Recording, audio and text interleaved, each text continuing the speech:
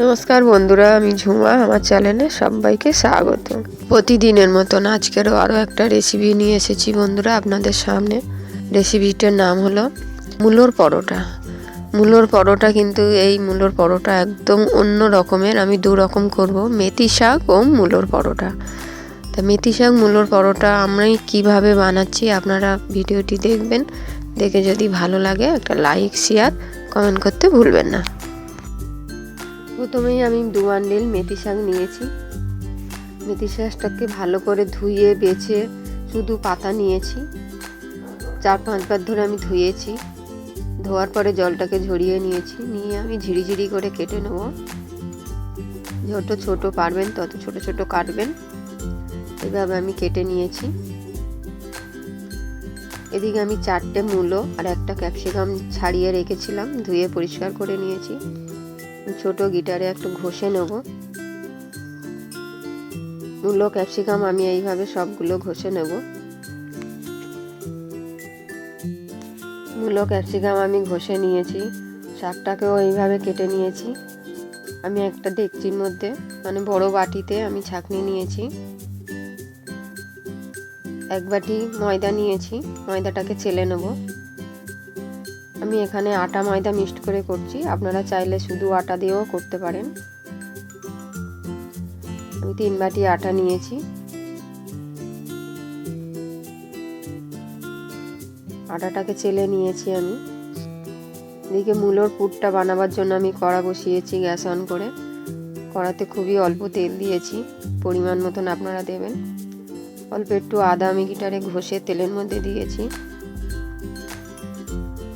আদাটা হালকা করে ভেজে নেব। গ্যাসটা কিন্তু মিডিয়াম আছে। আমি 1 চামচ কালো জিরে দিয়েছি। 1 চামচ জোয়ান দিয়েছি। আমি হাতের ডোলে জোয়ানটা দিয়েছি।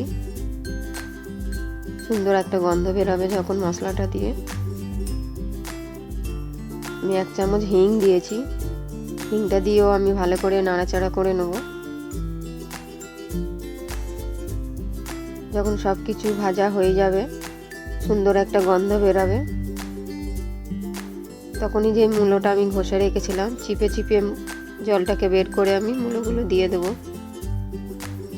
জল শুদ্ধ দেবেন না, তাহলে অনেকক্ষণ টাইম লাগবে। যতটা পারবেন জলটাকে চিপে বের করে দেবেন। আমি ক্যাপসিকামটাও দিয়ে দিয়েছি একই সাথে। পরিমাণ মতো নুন দেব। 1/2 চামচ চিনি দিয়েছি। দিয়ে সব কিছু উপকরণগুলো ভালো করে মিক্সড করে নেব।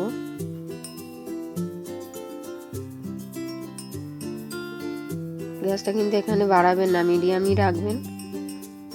আমি 1/2 চামচ লাল লঙ্কার গুঁড়ো দিয়েছি। অল্প একটু হলুদ দিয়েছি। 1 চামচ ধনে গুঁড়ো দিয়েছি।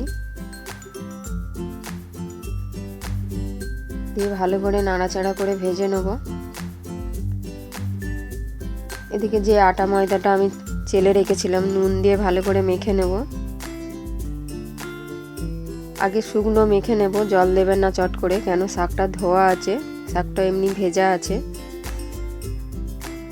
ভালো করে মাখার পর অল্প অল্প করে জল দিয়ে মেখে নেবেন।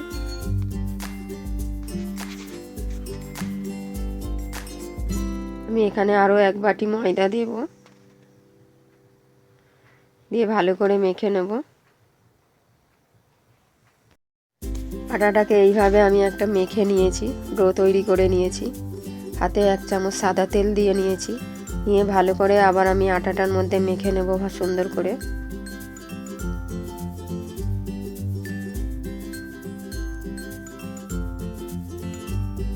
এইভাবে তেলটাকে লাগিয়ে দিয়েছি। এদিকে আমি পুরটা যে তৈরি করতে দিয়েছিলাম, দেখুন জল কিন্তু প্রায় শুকিয়ে এসছে। গ্যাসটা এখানে মাঝে মাঝে জোরে দেবেন, জোরে দিয়ে ভালো করে জলটাকে শুকনো করে নেবেন। একদম শুকনো করে কিন্তু পুরটাকে তৈরি করতে হবে। আমি এখানে 1 চামচ ভাজা মশলা দিয়েছি। মানে জিরে, ধনে আর মৌরি আমি গুঁড়ো করে নিয়েছি শুকনো কড়াই নেড়ে।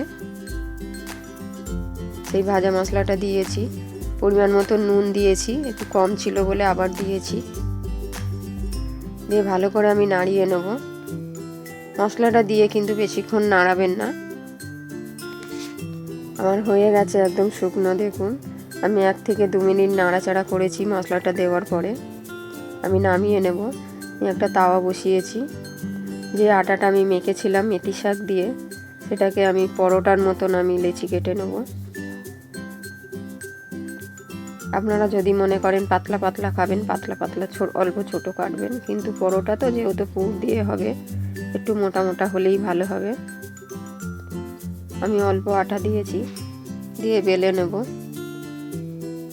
খুব বেশি পাতলা করবেন না, তাহলে পুরটা বেরিয়ে যেতে পারে।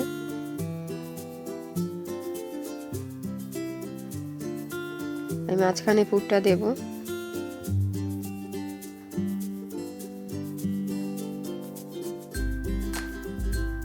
একটু বেশি করে পুরটা দিয়ে আমি দুদিকে ফোল্ড করে দেব।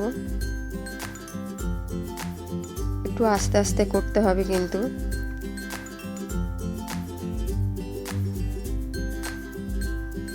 এবার আমি আস্তে আস্তে চাপ দিয়ে বেলে নেব।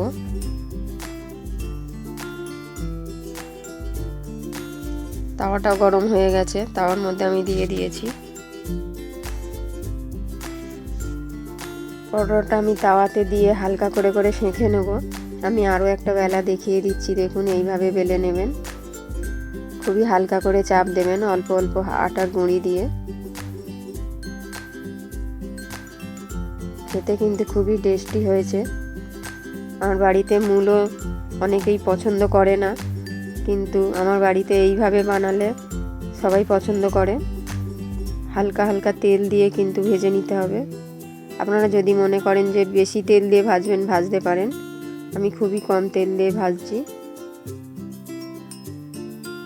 2 পিঠে এরকম চেপে চেপে চেপে চেপে ভাজতে হবে।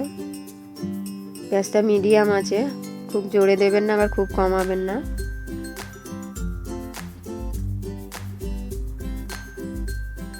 দেখুন, লাল হয়ে গেছে। লাল করে করে ভাজতে হবে। আপনারা এইভাবে বাড়িতে বানিয়ে খান, আশা করি আপনাদের ভালো লাগবে।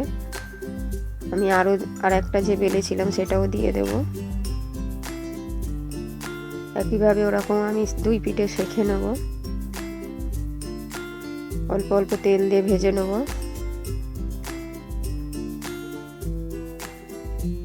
সকালে টিফিন কিংবা রাত্রের খাবার কিন্তু খুবই অসাধারণ হবে। এইভাবে গরম গরম যদি মূলোর পরোটা, আর মেথি শাক আর মূলো একই সাথে পরোটা। এই রেসিপিটিটা দেখার জন্য আপনাদের অনেক অনেক ধন্যবাদ বন্ধুরা। আর দেখে যদি ভালো লাগে একটা লাইক, শেয়ার, কমেন্ট করতে ভুলবেন না।